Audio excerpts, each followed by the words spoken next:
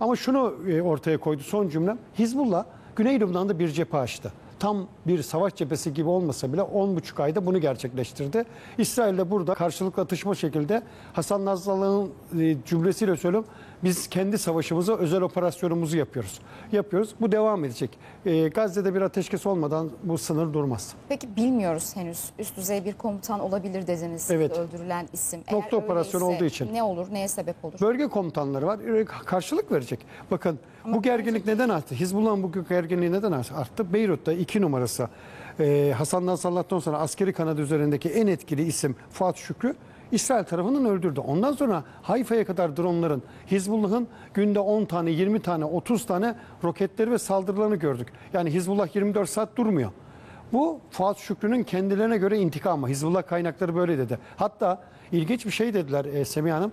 Biz dedi saldırmayarak da dedi Siyonist İsrail'i dedi cezalandırıyoruz. O beklemek bile dedi onlara dedi işkence. İşkence. Şimdi bu komutanın çok iyi bir soru sordunuz. Rütbesi, Hizbullah içindeki karşılığı çok önemli. Artık sıcak adı öyle bir duruma geldi ki sıradan bir savaşçının, bir Hizbullah savaşçısının öldürülmesi oradaki insanlar için olağan. Çünkü onlar kendilerini bir savaş içinde, bir mücadele içinde görüyorlar. Bu ilk defa da gerçekleşmiyor. Yani Güney Lübnan'a İsrail'in Gazze'deki gelişmelerden önce de benzer saldırılar var. Şöyle, İsrail kendine 2 tane düşman görüyor, tehdit görüyor. Biri Hamas, biri Hizbullah. Bunu resmi açıklamalarında da görüyorlar. Hizbullah'ı Hamas'tan daha büyük bir tehdit, kendileri için daha büyük bir risk olarak görüyorlar. Hizbullah da buna göre Güney Lübnan'da bir güvenlik mimarisi oluşturdu. İşte bu komutanlar orada bir depoda, bir askeri üste görev yapan.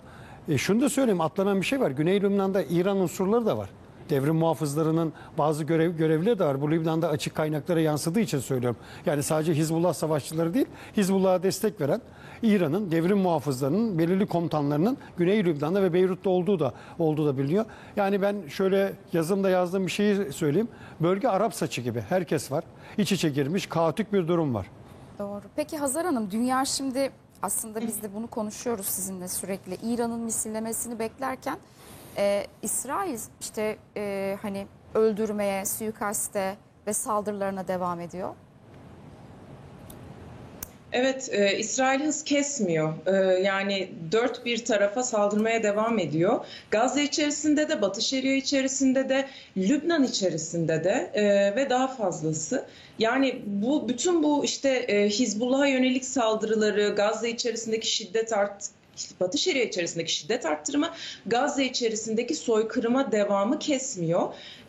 İşte o biraz önce bahsettiğim yani zaman kazanıyor. Büyük ölçüde ABD'nin bölgeye kaydırdığı cephanelik ve sadece cephanelik de değil. Şimdi ABD de yoğun bir diplomasi yürütüyor aslında bu suikastler gerçekleştiğinden beri. Baktığınız zaman İran üzerinde aslında Rusya ve Çin dahil olmak üzere bütün dünyanın bir baskısı mevcut. Yani eğer İsrail'in yaptığına yakın bir tondan cevap verilirse bölge tekrardan ateşin ve büyük bir savaşın eşiğine gelebilir. Çünkü orantısızlık var. Yani ABD'nin getirdiği sert güçle, İsrail'in kullandığı sert güçle karşısında Hizbullah'ın, Tahran'ın ya da direniş ekseninin herhangi bir unsurunu koyduğunuzda terazide büyük bir dengesizlik oluyor. Zaten aşırı bir güç kullanımı oluyor İsrail ve ABD tarafından. Şimdi İran da bunun farkında. Dolayısıyla bakın bugün yine İran ajanslarına baktığınızda yine Haniye'nin Tahran'da öldürülmesinin intikamının alınacağı tekrar ediliyor. Bugün 21. gün şu anda. Yani evet, bu bir psikolojik savaştır ve yıpratmadır ve evet, İsrailli insanlar üzerinde etkisi büyüktür. Fakat İsrail'in içerisine bakıyorsunuz. Açıkçası Netanyahu'ya yönelik eleştiriler aylardır devam ediyor. Yani ama durmasına sebep olmuyor. Çünkü büyük ölçüde bir destek ve kollanma durumu söz konusu. Ve karşı tarafa da orantısız güç kullanabildiği için, fakat cevap geleceği noktada baskı da direniş eksenine uygulandığı için işte o kadar zor bir denklem ki. Yani bir cevap verilmesi bekleniyor ve bunun sağlam bir cevap olması, kendi deyimlerince akılcı, ezici bir cevap olması gerekiyor.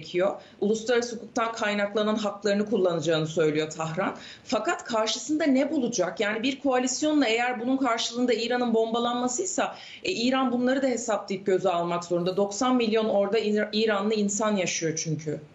Evet, peki Güngör Bey, İsrail'in ana hedefinde artık Hizbullah mı var? Niye soruyorum bunu? Çünkü İsrail'e de İran değil Hizbullah saldırıyor. Tabii. Galant bunu şu şekilde açıkladı. Güney Lübnan'da Hizbullah bize tehdit. Onun diliyle söylüyorum. 30 kilometre burayı işgal etmemiz gerekir. Açıktan söyledi. Bu 30 kilometrelik hatta kim var? Hizbullah var. Zaten Hizbullah'ın kuruluşu, Hizbullah'ın varoluş gayesi İsrail tehdidi. Sadece Lübnan'ın iç dengeleri açısından bakmamak lazım.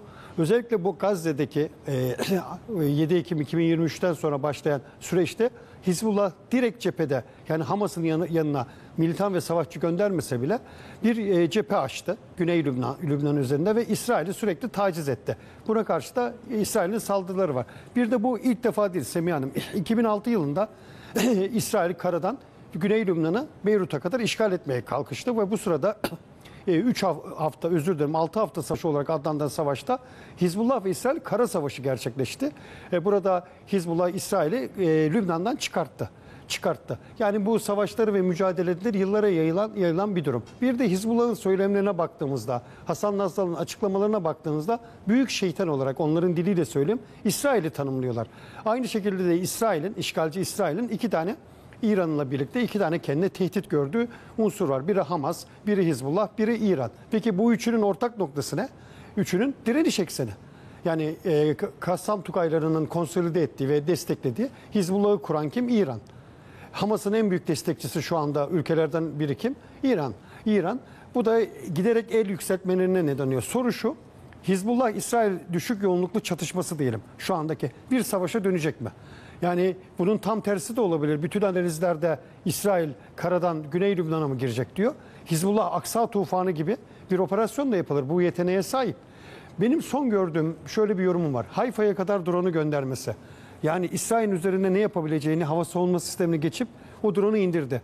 Son dönemlerde demir kubbeyi test etmesi, yani o roketleri düşürebiliyor. Hedefi vurmasa bile, hani istediği hedefi vurmasa demir kubbeyi aşabiliyor. Bu bana göre Hizbullah kendi gücünü, son geldiği gücü ve İsrail'in en son özellikle savunmasını test ediyor. Ekranın ortasında olduğu gibi de İsrail'de bunları yapan, kendine bu çalışmaları yapan, aklı ortaya giren komutanları istihbaratıyla ya da SİHA'larla, İHA'larla tespit edip vuruyor. Bakın orada hareketlilik var, bir sürü araç var. Nokta atışı ve tespit edilen bir araç buluyor. Genelde Güney Lübnan'da Hizbullah savaşçıları motosikletlerle hareket ediyorlar. Öyle bir sistemleri var. Bu araçta hareket eden ve İsrail vurduğu için ya bir toplantıdan gelen ya bir bölge komutanı, bunun açıklamasına bakacağız, birini hedef alıyor. Şunu da belirtmek lazım. Bu saldırılarda hep şunu düşünün. İsrail'in sağ istihbaratı var.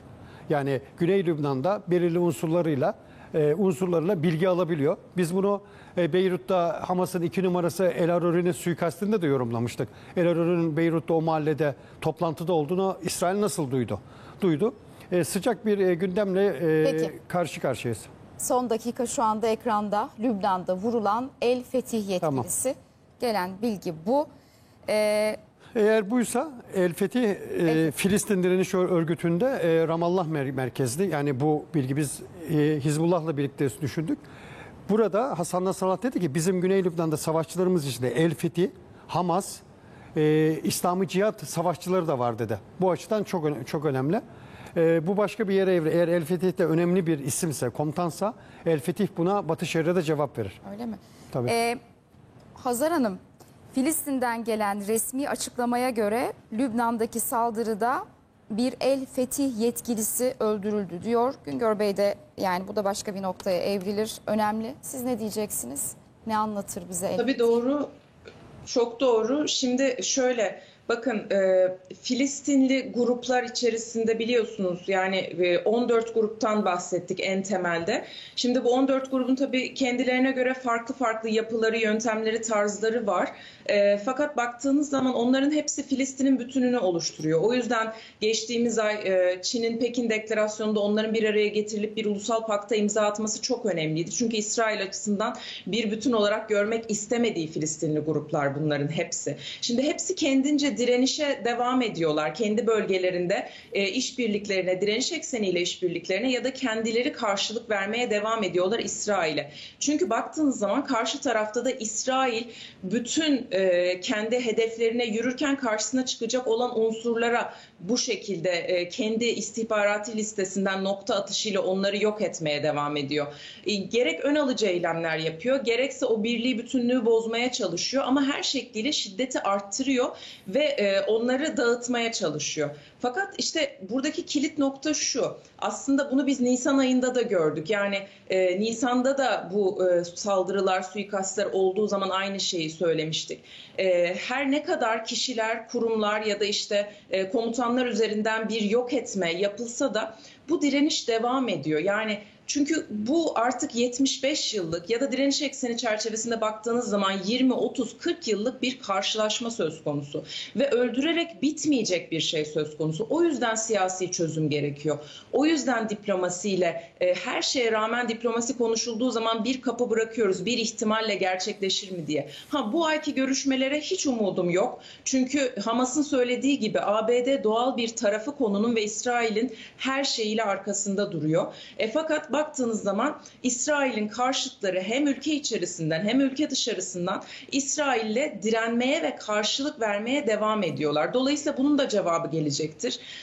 Şimdi Gazze içerisindeki karşılaşma kısıtlı bir alanda yapılıyor. Fakat Lübnan içerisinde biliyorsunuz bunun bir arkası ve bir lojistik koridoru var. Tahran'a kadar uzanan bir koridor.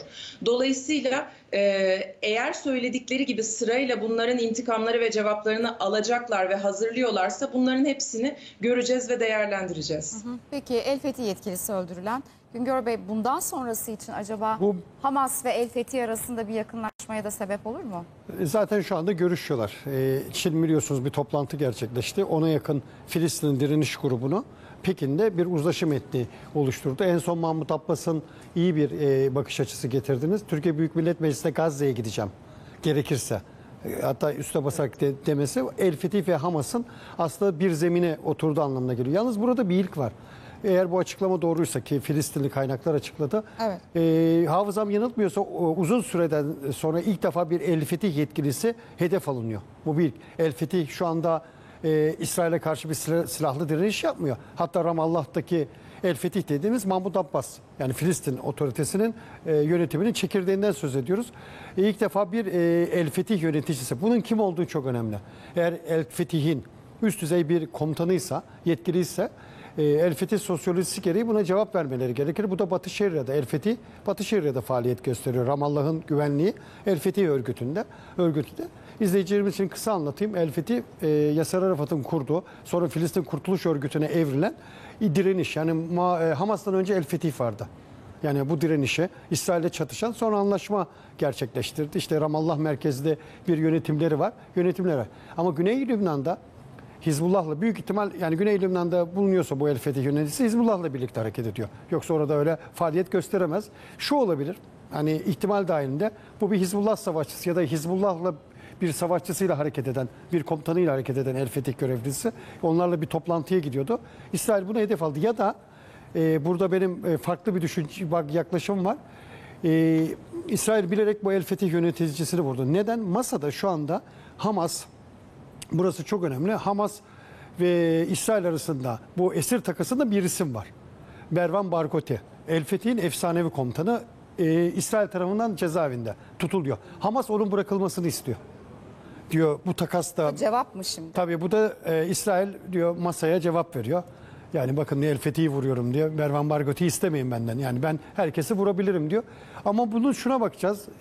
Şimdi ortada Hizbullah'ın bir intikamı var. 2 numarası vuruldu. Hamas'ın bir intikamı var. İsmail Haniye vuruldu. Hamas daha bunun intikamını almadı. Evet. Şimdi de bir de El Fethi'nin intikamı var. Yani alt alta koyduğunuzda o kadar çok bir hesaplaşma içine girdi ki.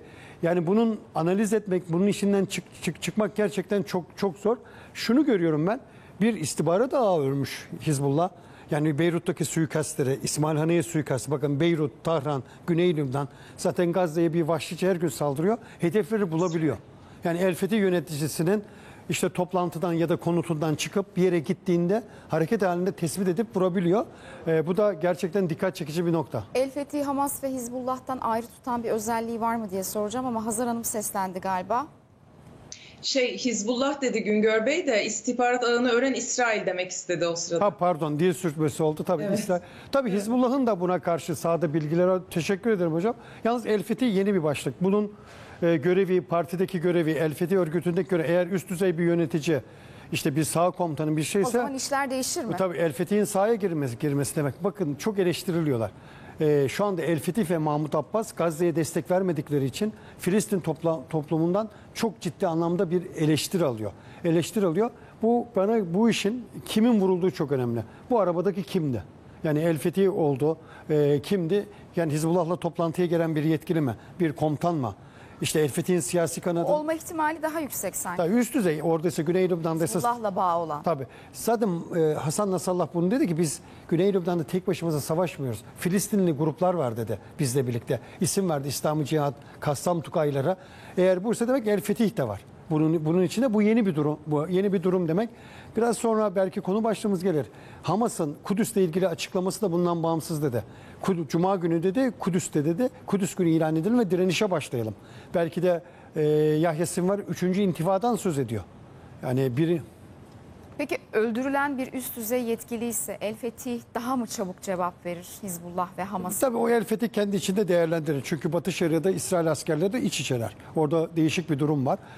Çalışıyorlar anlaşma olduğu için, aralarında belirli bir temas var. El Fetih'ten açıklamaya gelmek lazım. Şimdi bunu Filistinli bir kaynaklar açıkladı. Mahmut Abbas El Fetih'in sözcüsü, yani bunlar Ramallah'ta bulunuyor. Buna nasıl karşılık verecek? Şöyle, eğer bu üst düzeyse, yani çok önemli karşılığı olan biri ise akşam saatlerinde Ramallah karışır. O gençler sokağa inip protestoyu yaparlar. Ama Belki buyurun hocam. şunu vurgulamak lazım. Hani Batı Şeria'da şiddetin arttığını görüyoruz ve orada da bir takım eylemlere girildiğini görüyoruz. Yani hukuka uygun olmayan davranışlar aslında aylardır devam ediyor ve oradaki Filistinliler üzerinde baskı var ama şimdi Batı Şeria'da da orantısız şiddeti tabii çok fazla konuşamıyoruz. Fakat arttığı haberleri geliyor zaman zaman sivillere yönelik. Bilmiyoruz, belki denildiği gibi bu söz konusu öldürülen kişiyle alakalı olarak orada da bir hazırlık ve bir koruma noktasında. Çünkü sivillerin evlerinin yakıldığını hatırlıyorum bu hafta Batı Şeria'da. Sivillere yönelik de halkın da bir silahlandırılıp öyle bir müdahalesi oluyor. Dolayısıyla bilmiyoruz oradaki şu anda sosyolojik denge ve denklem karşısında nasıl bir tepki alacak o noktada El Fetih. Peki önemli bir komutansa, isimse Güngör Bey'in işaret ettiği bambaşka bir duruma sebep olur mu? Daha da mı karışır Yani ortalık? şöyle, bambaşka derken bunun cevabı gelir. Yani o noktada hani hiçbiri karşılıksız bırakılmıyor. Bakın bugün işte 21 gün dedim Haniye suikastinden sonra. Hala süreklilik mesajları geliyor sabah akşam. Dolayısıyla evet, oradaki bir hazırlığa yönelik bir müdahale de olabilir. Toplantı yapılmıştır ve bunun karşılığında bir yok etme durumu da söz konusu olabilir. Ama hali hazırda zaten 11. ay içerisindeyiz ve hep konuşuyoruz. Yani Gazze bu durumda, evet 2 milyon insan var ama Gazze'den sonra İsrail durmuyor ve onun hedefi zaten yine Batı Şeria'ya yönelecek. Yani bunu bir bütün olarak okuduğunuzda topyekün bir farklı kademelerde, aşamalarda direniş söz konusu. Peki Güngör Bey, Hazar Hanım dikkat çekmişti başındayken. Şimdi İsrail'in bir siyasi hedefi var, askeri hedefi var ve hani suikastler, saldırılar devam ederken de zaman kazanmaya çalışıyor dedi. Siz burayı nereye evriltirsiniz? Bu zaman onlara ne sağlayacak? Gazze'de yapacakları var. Bakın ateşkesi kabul etmiyor. Evet. Benim başından beri söylediğim 7 Ekim'den itibaren Netanyahu ve çetesinin bir Gazze planı var. Gazze'yi Batı şehri haline döndürmek. Yani oradaki Hamas direnişini yıkmak, kaldırabilirse ortadan kaldırmak, kendi askerinin olduğu ve kendinin kontrol ettiği bir Gazze istiyor. Masada da zaten Türkiye Dışişleri Bakanlığı'nın kaynaklarının aktardığı bilgilerde bu var. Yani planları değiştiriyor. Ben diyor Gazze'de olacağım diyor. Gazze'de güney ve kuzey geçişlerini kontrol edeceğim diyor. Kontrol edeceğim diyor. Bunun için zamana ihtiyacı var. Zamana ihtiyacı var. Bir de ikinci bir cephe açıldı. Hizbullah bir cephe açtı. cephe açtı. Buna karşı da bir askeri sistem ve güvenlik kendine göre güvenlik oluşturmak lazım. Ama iş öyle bir yere evrildi ki biz 11 ay önce El Fethi'yi konuşmuyorduk. Bugün bir El Fethi komutanının öldürüldüğünü konuşuyoruz. Burada eğer Yahya Sinvarlı Hamas'ın çağrısı karşılık bulursa, bu El Fethi suikasti ve İsrail'in zaman uygulaması, yeni strateji Hamas'ın direnişi, yani Gazze'deki sıcak direnişi Batı Şeria'ya ve işgal altındaki topraklara taşımak. Şimdi Filistin direnişinin bir sosyolojisi var. Hızlı bir şekilde. Kimdi en karizmatik? Kimdi? Yasser Arafat. İşte bütün dünya onunla tanıyor. Gitti Birleşmiş Milletler'de ne dedi konuşmasında? Bir elimde dedi zeytin dalı var, bir elimde silah var. Dünya hangisini istiyorsa onu vereceğim dedi ve Filistin tribünlerinde fırtına esti. Birleşmiş Milletler'de dünyayı meydan okuyan Yasser Arafat. İsrail isterseniz silahla savaşacağım, isterseniz zeytin dalı masaya oturalım. Gitti Oslo'da bir görüşmeler gerçekleştirdi. Şimdi bundan sonra proaktif, savaşçı bir isim gelmedi. Değişik gruplar var. El Fethi'den Hamas'ına, İslami Cihat'ından Filistin Halk Kurtuluş Cephesi'ne kadar, ama işgal genişledi. Bakın bunu takip ettim mi? Yahya Sinvar'a dikkat edin. Yahya Sinvar 23 sene İsrail cezaevlerinde kalmış bir insan. Bedel ödemiş bir insan ve elinde savaş baltalarıyla dolaşıyor. Ne dedi? İlk açıklaması neydi göreve başladığında Netanyahu'ya dedi, dünyaya geldiği güne lanet ettireceğim dedi. İdettireceğim dedi. Şimdi bu Filistin'de El Fethi'nin diğer grupların yerinde durmaması demek. Çünkü Filistin'de gençler var. Her aileden bir şehit, her aileden bir yaralı, her aileden biri cezaevinde.